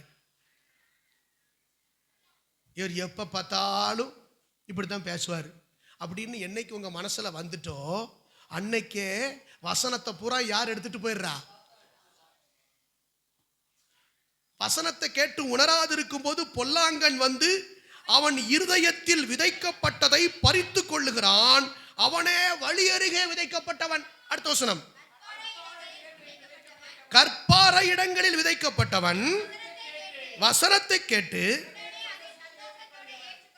ஆமென், சந்தோஷத்தோட வசனம் சொல்ல சொல்ல ஆமென் அல்லேலூயா அப்படின்னு சொல்லுவாங்க. ஆமென் அல்லேலூயா அப்படின்னு சொல்லுவாங்க. அதுக்கப்புறம் ஆகிலும் தனக்குள்ளே, அந்த வசனத்தை உள்ள அந்த நேரத்தோட சரி. ஆமென். கிறிஸ்தவ வாழ்க்கை நிறைய பேருக்கு எப்படி இருக்கு? ஞாயிற்றுக்கிழமையோட சரி, அப்படிதானே? தனக்குள்ளே வேறில்லாதவனாய் கொஞ்ச காலம் மாத்திரம் நிலைத்திருப்பான், வசனத்தின் நிமித்தம் உபத்திரவமும் துன்பமும் உண்டான உடனே. நோட் பண்ணிக்கோங்க, பிரசங்கம் கேட்ட உடனே என்ன வருது? இப்போ உபத்திரமும் வருது. அல்லேலூயா. என்ன வசனம் கேட்கும்போது? ராஜ்யத்தின் வசனத்தை கேட்கும்போது. எந்த வசனம்? ராஜ்யத்தின் வசனம். பரலோக ராஜ்யத்துக்கு போகணும், கர்த்தருக்கு பிரியமான வாழ்க்கை வாழணும், நீங்க சாட்சியா இருக்கணும், பரிசுத்தமா இருக்கணும், நீங்க விட வேண்டியதை விடணும், பிரித்தெடுக்கப்பட வேண்டியதுல இருந்து பிரித்தெடுக்கப்படணும் அப்படின்னு சொல்லி சொல்லுகிற வசனத்தை கேட்ட உடனே உங்களுக்கு என்ன வருது? இது எப்படி முடியும்? கொலுசை கட்டுன்னு டக்குன்னு கழட்டிட்டு வர முடியுமா? சில பேர் பாஸ்டர் பசங்க கேட்டவொடனே வீட்டில் போய் முதல்ல கொலுசை எடுத்து மாட்டிடுவாங்க. அவங்க பயங்கரமான பரலோக ராஜ்யத்துக்கு தகுதிப்பட்டாங்க. வசனத்தின் நிமித்தம் என்ன வருது? உபத்திரவம், நெருஞ்சி முல்லாம், துன்பம். அல்லேலூயா. ஆமென். துன்பமும் உண்டான உடனே. ஆமென். அல்லேலூயா சொல்லுங்க.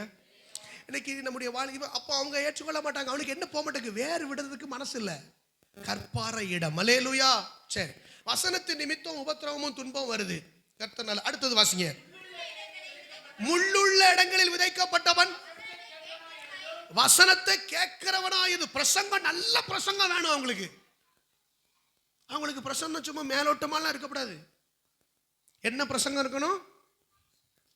என்ன பிரசங்கம் இருக்கணும்?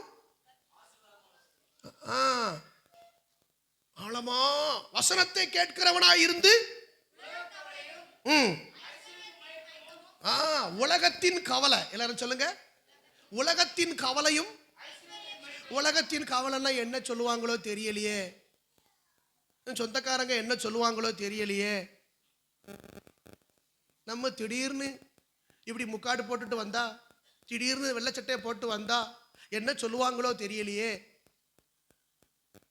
அதுவும் இல்லாமல் அதை விடு இதை விடுங்கார, நம்ம இன்னும் கொஞ்ச நாள் அனுபவிக்கலான்னு பார்த்தோமே. இதெல்லாம் உலக கவலை. அதுக்கப்புறம் என்ன? இவர் சர்ச்சுக்கு வரும்போது நீ பெருசா பணம்லாம் ஆசைப்படக்கூடாது, பொருளுக்கு ஆசைப்படக்கூடாது, நீ இருக்கிறத வச்சு வாழ பழகணும்னு சொல்றாரு. நம்ம கொஞ்சம் சம்பாத்தியம் பண்ணலாம்னு நினைச்சோமே, கொஞ்சம் வட்டி கிட்டிக்கு 5க்கு 10க்கு கொடுத்து. ஐஸ்வர்யத்தின் மேல் என்னது?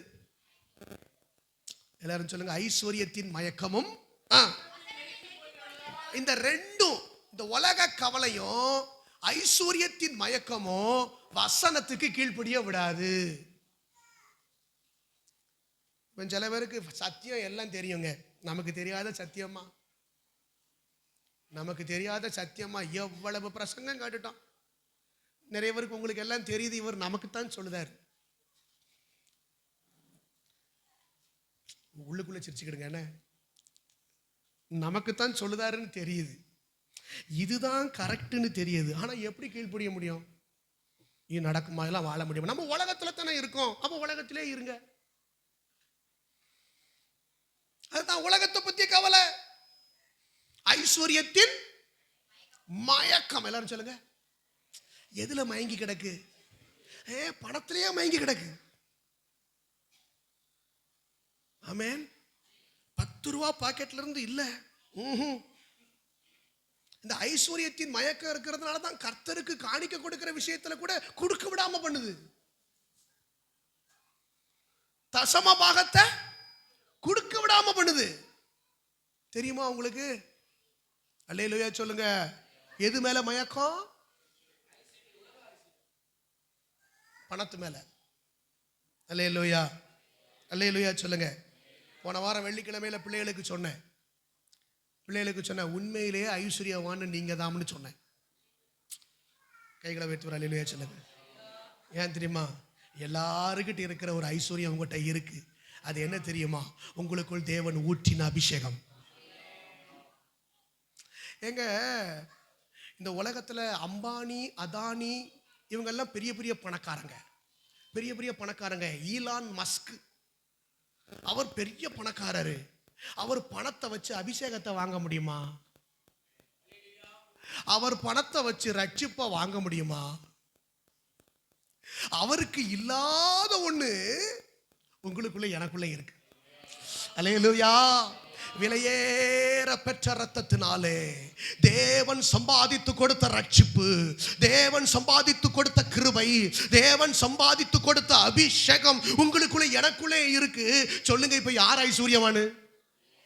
கைகளை வைத்து சொல்லுங்க. அபிஷேகம் பெற்றவன் ஐஸ்வர்யவான். ஆமென் சொல்லுங்க. அல்லேலூயா சொல்லுங்க. நீங்கெல்லாம் யாரு? நீங்கெல்லாம் யாருடா? டே, சட்டை கிழிஞ்சிருக்கும் ஆனா நீ ஐஸ்வர்யவான். அல்லேலூயா. பேண்ட் கிழிஞ்சிருக்கும், ஆமென், ஆனா நீ ஐஸ்வர்யவான். அல்லேலூயா. வீட்டுக்கு போனா ஊறுகாயும் கஞ்சியும் தான், ஆனா நீ ஐஸ்வர்யவான். தெரியுமா? உண்மையிலே லாசரு வீட்டு வாசல்ல கிடந்தவன் ஐஸ்வர்யவானா? அந்த லாசரு ஐஸ்வர்யவானா? அல்ல அவன் இன்னொருத்த வீட்டு வாசல்ல கிடந்தானே அவன் ஐஸ்வர்யவானா? யார் சொல்லுங்க? லாசரு பைபிள்ல பேர் சொல்லுது, அவன் பேர்லாம் நமக்கு தெரியுது சொல்லுதான் பாருங்க. ஐஸ்வர்யவான் பேர் என்னன்னு புரியுதா? இன்னைக்கு நிறைய பேர் என்ன நினைக்கிறாங்க, உலகத்துல இந்த ஐஸ்வர்யத்து மேல என்ன வருது எல்லாத்துக்கும். அல்லேலூயா. நான் சொல்றேங்க, ஐஸ்வர்யவான் ஆவதற்கு தீ விரிக்காதே. தெரியுமா உங்களுக்கு? உண்மையுள்ள மனுஷன் பரிபூரண ஆசீர்வாதங்களை பெறுவான். எல்லாம் சொல்லுங்க, உண்மையுள்ள மனுஷன் பரிபூரண ஆசீர்வாதங்களை பெறுவான். ஐஸ்வர்யவான் ஆகிறதுக்கு தீ விரிக்கிறவனோ ஆக்கினைக்கு தப்பான். மீதி வசனம் உங்களுக்கு தெரியாது, பாதிய படிச்சுக்கிட்டு. நீதிமொழிகள் 28:20 வாசிங்க. நீதிமொழிகள், உண்மையுள்ள மனுஷன் பரிபூரண ஆசீர்வாதங்களை பெறுவான்.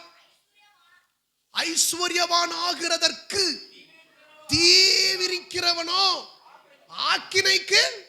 பணத்தை சம்பாத்தியம் பண்ணதுக்கு ஓடுறான் பாருங்க, என்னன்னாலும் செஞ்சு நான் பணக்காரன் ஆயிரணும்னு ஒருத்தன் நினைச்சு சம்பாத்தியம் பண்ண ஓடுறான் பாருங்க. அவனுக்கு பைபிள் சொல்லுது, அவன் தண்டனைக்கு தப்பவே முடியாதான்.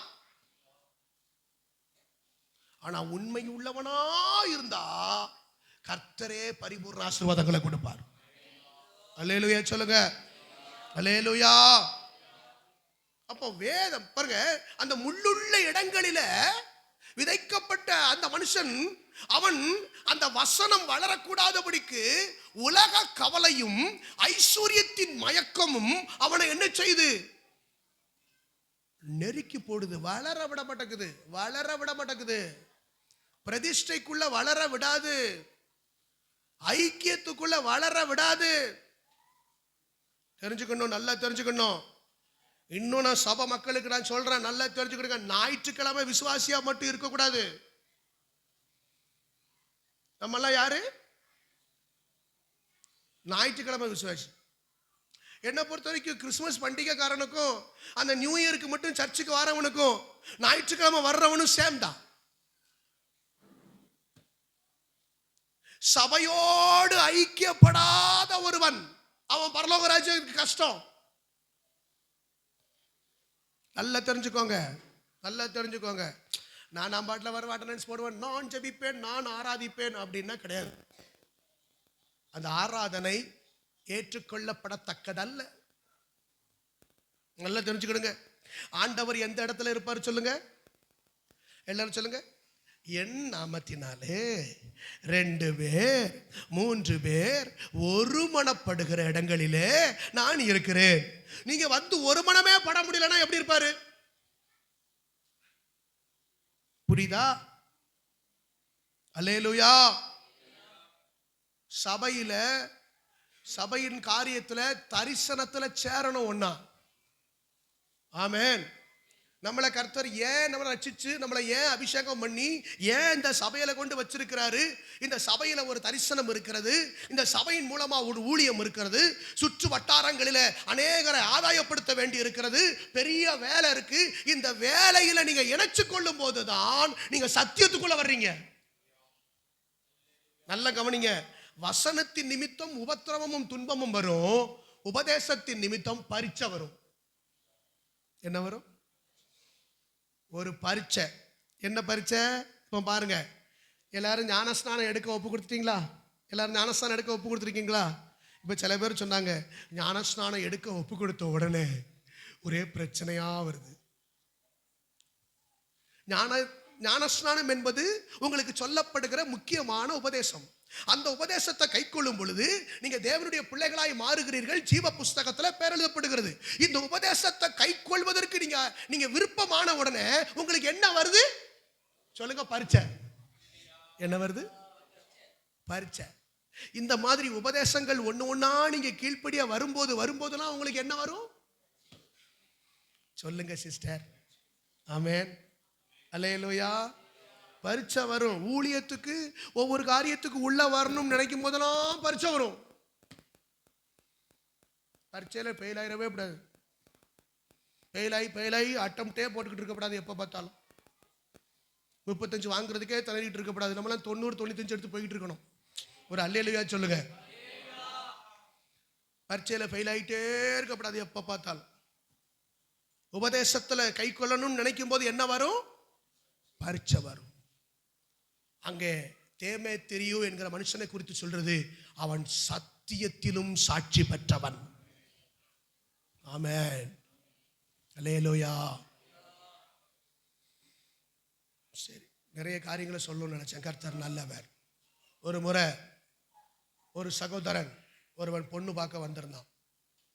பொண்ணு பார்க்க வந்தவன் அவன் ஒரு மிகப்பெரிய சபையை சேர்ந்தவன். மிகப்பெரிய சபையை சேர்ந்தவன். அந்த சபை பாஸ்டர் பெரிய பாஸ்டர், நல்ல பாஸ்டர். அவர் நல்ல ஊழியம். அவர் பல ஆண்டுகளாக ஊழியம் செய்கிறவர்.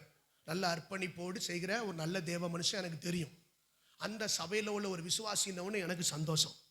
இந்த சபையில் உள்ள ஒரு மனுஷன் நல்ல, அப்போ அந்த சபையிலேருந்து ஒரு பையன் வர்றான்னா நல்ல மாப்பிள்ளையாக தான் இருப்பான். நல்ல கர்த்தருக்குள்ள நல்ல அவர் ரட்சிக்கப்பட்டு நல்ல அபிஷேகம் பெற்று நல்ல பையனாக தான் இருப்பான் அப்படின்னு சொல்லி நான் கணக்கு போட்டுக்கிட்டு இருந்தேன். சரியா? ஆனால் அவன் பொண்ணு பார்க்க எனக்கு தெரியுமா வந்தான்? ஞாயிற்றுக்கிழமை அன்னைக்கு காலையில் வந்தான். எப்போ வந்தான்? ஞாயிற்றுக்கிழமை காலையில் பொண்ணு பார்க்க வந்துட்டு பாஸ்டரையும் பொண்ணு பார்க்க கூப்பிடுதான். நான் சொல்லிட்டேன், நோ சான்ஸ் அப்படின்னு சொல்லிட்டேன். கடைசியில் உட்காந்துக்கிட்டு போகலை.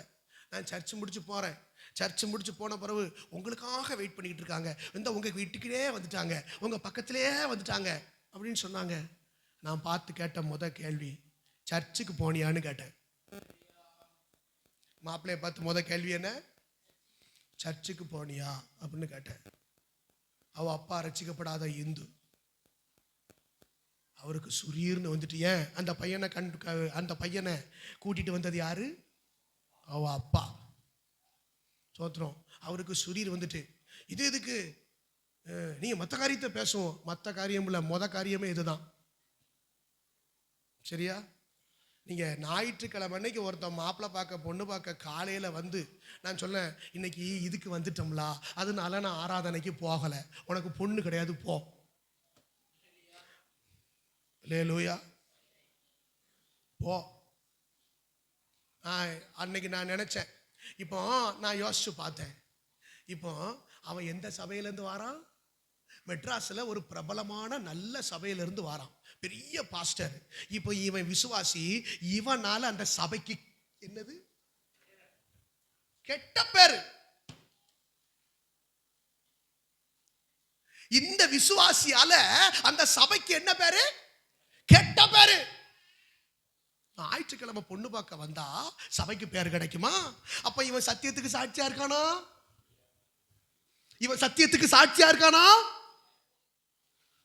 உங்களை வச்சு கெட்ட பேர் வராதுல்ல? உங்களை வச்சு கெட்ட பேர் வருமா? ஏமா சபையில ஒரு மாதிரியும் வெளியே போய் ஒரு மாதிரியுமா? அப்படின்னா இந்த ஏலிம் சபைக்கு சில பேரை பற்றி சாட்சி இருக்குங்க சொன்னா சரி இருக்கட்டும். அல்லேலூயா. இத்தனை வருஷம் சபைக்கு வந்தும் அப்படின்னு ஒரு கமாவை போட்டாங்கன்னு வைங்க, சபைக்கு என்ன பண்றோம்? இடறல். சபைக்கு என்ன வருது? நம்மளால கெட்ட பேர் வருது, கெட்ட பேர் வருது. பாஸ்டர் எங்கேயோ கிடக்காரு, பாஸ்டர் எங்கேயோ கிடக்காரு. யோசிச்சு பாருங்க, நம்மளை பத்தி சொல்லணும், இல்லைங்க இவன் சத்தியத்துக்கு சாட்சி. அல்லேலூயா சொல்லுங்க. சரியா மனம் திரும்பி இருக்கான். ஆமென். இவன் எப்படி மனம் திரும்பி இருக்கான்? சரியா மனம் திரும்பி இருக்கான். நல்ல சரியா ரட்சிக்கப்பட்டிருக்கான். அல்லேலூயா. உண்மையிலே ஞாயிற்றுக்கிழமை அன்னைக்கு அவங்க கிளம்பி போறத பார்த்தா உண்மையிலே அவங்க கூடவே போலாம்னு தோணுது. பக்கத்தில் உள்ளவன் சொல்லணும், அல்லேலூயா சொல்லுங்க, அல்லேலூயா சொல்லுங்க. அப்ப தேமேத்திரியு என்பவன் சத்தியத்துக்கு சாட்சி. அல்லேலூயா. ஆமென். ஸ்தோத்திரம். உபதேசங்கள், எல்லா உபதேசங்கள் என்ன செய்யணும்? இருக்கணும். ஆமென். மனம் திரும்புதல், ஞானஸ்நானம், பரிசுத்த ஆவி, அப்பம் பிட்குதல், ஐக்கியம் எல்லாம் இருக்கணும். அல்லேலூயா. சில பேர் அப்படியே சண்டைக்காரங்க மாதிரியே வந்து அப்பம் பிட்டுக்கிட்டு போறது எனக்கு தான் பயமா இருக்கு. பல்ல கடிச்சுக்கிட்டு அப்பம் பிட்கும் போது. அல்லேலூயா சொல்லுங்க. உபதேசத்துல சரியா இருக்கணும், உபதேசத்துல சரியா இருக்கணும். ஆமென். இன்னைக்கு தேவ பக்தி இருக்கான்னு பாருங்க. 2 வசனங்களை உங்களுக்கு சொல்லட்டா? தேவ பக்தி 1 தீமோத்தேயு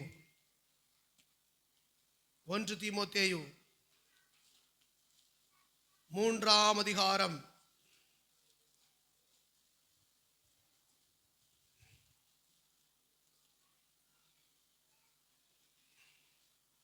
சரி, 3ஆம் அதிகாரம் 5ஆம் வசனம். சாரி 2 தீமோத்தேயு. தேவ பக்தியின் வேஷத்தை தரித்து அதன் பலனை அதன் மறுதலிக்கிறவர்களாயும் இருப்பார்கள். இப்படிப்பட்டவர்களை விட்டு நீ விலகு. நல்லா கவனிச்சுக்க. எங்க ட்ரெஸ்ஸை பார்த்துலாம் அமர்ந்திரப்படாது. தேவ பக்தியின் வேஷம் போடுற ஆட்களை பார்த்துலாம் பெரிய ஜெப வீரர்களாக காட்டுவார்கள், பெரிய ஆராதனை வீரர்களாக காட்டுவார்கள், வசனத்துல அப்படியே வாழுகிறத போல காட்டுவாங்க. பட் இருக்காது. அவங்களுக்குள்ள என்ன இருக்கு? தேவ பக்தியாய் அவர்கள் இல்லை, தேவ பக்தியின் வேஷத்தை போடுகிறவர்கள். பைபிள் சொல்லுகிறது, இப்படிப்பட்டவர்களை விட்டு நீ விலகு, இல்லைன்னா அதே ஆவி உனக்குள்ள வந்துடும். நல்ல கவனம். ஏன் விலகுன்னு சொல்றாரு? நீ விலகு முதல்ல. ஏங்க நீங்க யாரோட ஐக்கியம் இருக்கீங்களோ அவங்கள போலவே மாறிடுவீங்க. கவனம், நல்ல கவனமா இருக்கணும். தேவ பிள்ளைகள் தேவ பக்தியை காத்துக்கொள்ளணும். அல்லேலூயா சொல்லுங்க. ஆமென். இன்னும் சொல்லப்பட்டிருக்கு, தீத்து தீத்து. ஸ்தோத்திரம். எஸ் வாசிங்க. 3:10.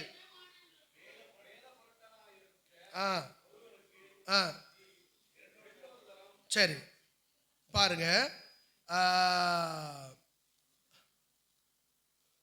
ஸ்தோத்திரம். என்னமா 3:10 1:13.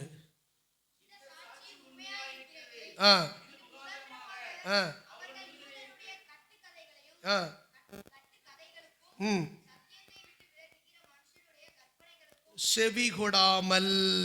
அல்லேலூயா. பாருங்க, அதுக்கு கீழே பின்னாலெல்லாம் சொல்லப்பட்டிருக்கு, அவபக்திக்குரிய காரியம். நாம் அவபக்தியையும் லௌகிக இச்சைகளையும் வெறுத்து தெளிந்த புத்தியும் நீதியும் தேவ பக்தியும் உள்ளவர்களாய் இவ்வுலகத்துல எப்படி ஜீவனம் பண்ணணுமா? தேவ பக்தி உள்ளவர்களாய் ஜீவனம் பண்ணணுமா? எப்படி? தெளிந்த புத்தியோடு. வசனம் தான் கரெக்ட்னு நினைக்கணும். நீங்க இந்த வசனத்தின்படி நம்ம நடக்க முடியாதுன்னு நீங்க முடிவு பண்ணக்கூடாது. இந்த சத்தியத்துக்கு தான் கர்த்தர் உங்களை அழைச்சிருக்கிறார். சத்தியத்தை கை கொண்டு வருகிற நீதி உள்ள ஜாதி தான் மேல போக முடியும். நான் உங்களை இந்த உலகத்துல பணக்காரனாக்க பிரசங்கம் பண்ணல, நான் உங்களை அவ்வுலக ராஜ்யத்துக்கு கொண்டு போறதுக்கு பிரசங்கம் பண்றேன். அல்லேலூயா சொல்லுங்க, அல்லேலூயா, ஆமென். அதனால அவபக்தியையும் லௌகிக இச்சைகளையும் என்ன செய்யணுமா? வெறுக்கணும். ஆமென். நிறைய காரியம் உண்டு. கர்த்தர் நல்லவர். தேவ பக்திய ஆதாய தொழில்னு நினைக்கிற ஒரு கூட்டம் உண்டு. என்னது? இயேசுவின் பேரை சொன்னாதான் கதை நடக்கும், பிசினஸ் நடக்கும். சரியா? மேல ஒரு வசனத்தை போட்டாதான் கதை நடக்கும்னு சொல்லி தேவ பக்தியை ஆதாய தொழிலா மாத்திரக்கூடாது. நல்லா கவனிச்சுக்கோங்க. அல்லேலூயா. ஜெபத்தை ஏதாவது பெற்றுக்கொள்ளலாம்ங்கிறதுக்கு பயன்படுத்தக்கூடாது. புரியுதா உங்களுக்கு? கவர் பண்ற ஜபம் என்ன ஜபம்? இதெல்லாம் என்ன எதுக்கு? ஏதாவது ஆதாயம்? நிறைய ஜபம் சரியில்லை தெரியுமா உங்களுக்கு? நிறைய ஜபம் சரியில்லை. ஆனா நம்ம ஜபிக்கிறோம் நினைப்போம், தேவனுக்கு பிரியமானதா இருக்காது. நான் கர்த்தர்ட்ட ஜெபம் பண்றதை விட நான் இந்த இவாஞ்சலினுக்காக ஜெபம் பண்றேன். இந்த இவாஞ்சலின் என் ஜெபத்தை கேட்டு உருகிறணும். அவ கையில வச்சிருக்கிற பிஸ்கட்டை என்கிட்ட கொடுத்துட்டு போயிடணும், அவ்வளவுதான், வேற ஒண்ணுமே இல்லை. புரியுதா உங்களுக்கு? இவாஞ்சலினுக்காக தோத்துற ஆண்டவரே, இவாஞ்சலின் அல்லேலூயா, இவாஞ்சலினுக்காக அப்படின்னு சொன்னோம். அவாயப்பா பாஸ்டர் எப்படி தேவன் கேட்டாரான்னு தெரியாது, தேவனுக்கு பிரியமான ஜபமானு தெரியாது. ஆனா இவாஞ்சலினுக்கு பிரியமான ஜபம். இவாஞ்சலின் ஒரே ஒரு சாக்லேட் வச்சிருக்கோம் பாஸ்டர் சாப்பிடணும்னு, இது வச்சுக்கோங்க அப்படின்னு கொடுத்துருவா. இப்ப எனக்கு ஆதாயம் கிடைச்சிட்டு. ஏங்க நல்ல கவனிங்க. சில பேர் தீர்க்க தரிசனம்லாம் சொல்லுவாங்க. கர்த்தர் அப்படியே ஒரு வெளிச்சத்தை காட்டுகிறார். லைட்டுக்கு முன்னால் நின்னா வெளிச்சத்தை தான் காட்டுவாரு.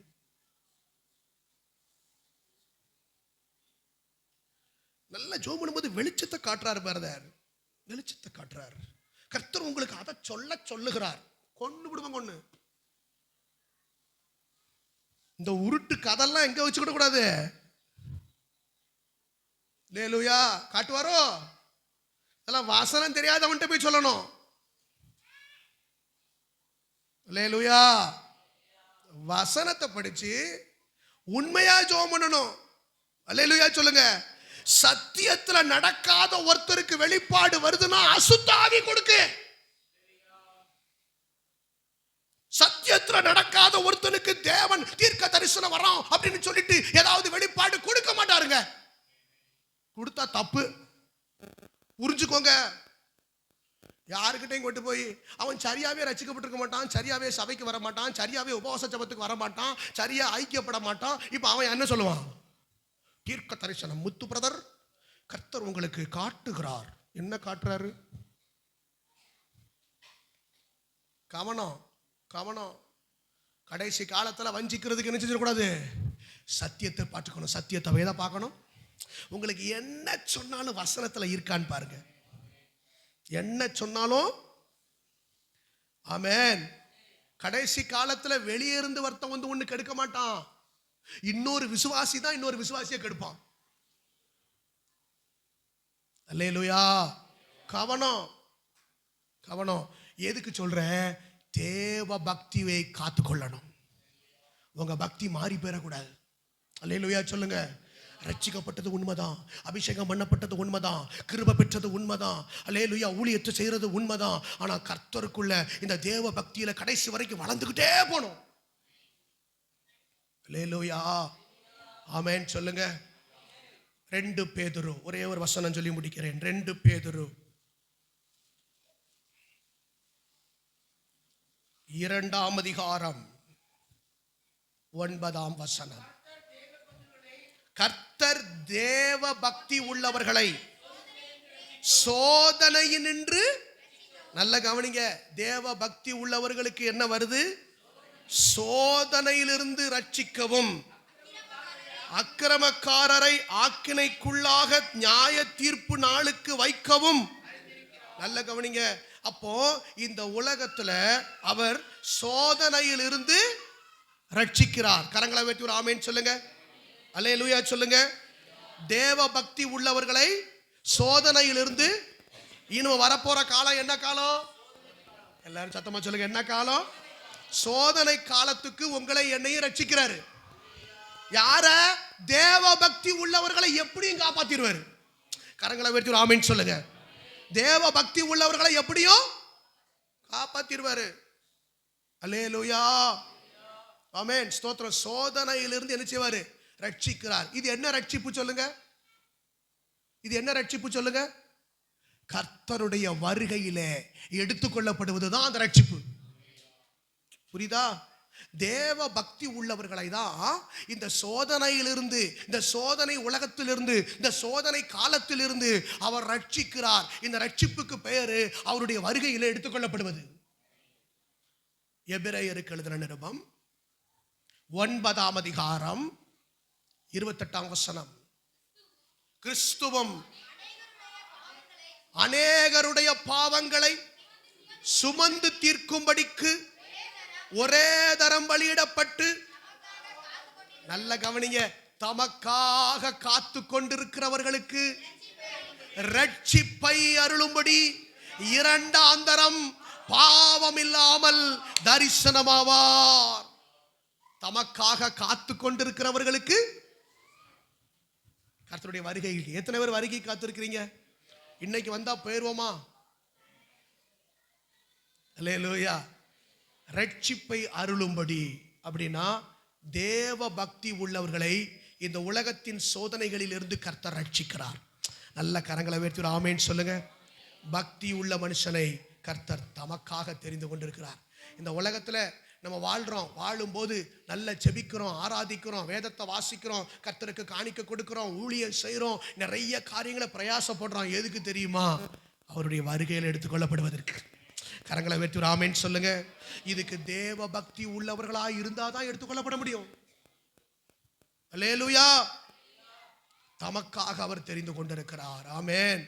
ஆண்டவர்கிட்ட சொல்லுங்க, ஆண்டவரே பக்தி உள்ளவனை நீர் உமக்கென்று தெரிந்து கொண்டிருக்கிறீர். என்னையும் இந்த தேவ பக்தியில கடைசி வரைக்கும் தேவனுக்கு பயப்படுகிறவனாய், ஆண்டவரே சாட்சி உள்ள ஒரு வாழ்க்கை வாழ, நல்லவனாய் வாழ, சத்தியத்துக்கு சாட்சியாய் வாழ எனக்கு கிருபை தாரும். ஒரு அனனியாவை போல, ஒரு தேமேத்திரியுவை போல, ஒரு கொர்நேலியுவை போல ஆண்டவரே நாங்கள் முன்னிறுத்தி ஓடுவதற்கு எங்களுக்கு உதவி செய்யும். இந்த உலக கவலையோ, ஐஸ்வர்யத்தின் மயக்கங்களோ, ஆண்டவரே வசனத்தின் நிமித்தம் உபத்திரவங்கள் வந்தாலும் இந்த வசனத்துக்குள் நிலை நின்று இந்த விசுவாச ஓட்டத்தை ஓட எனக்கு கிருபை தாரும் என்று சொல்லி எல்லாரும் ஜெபிப்போம்.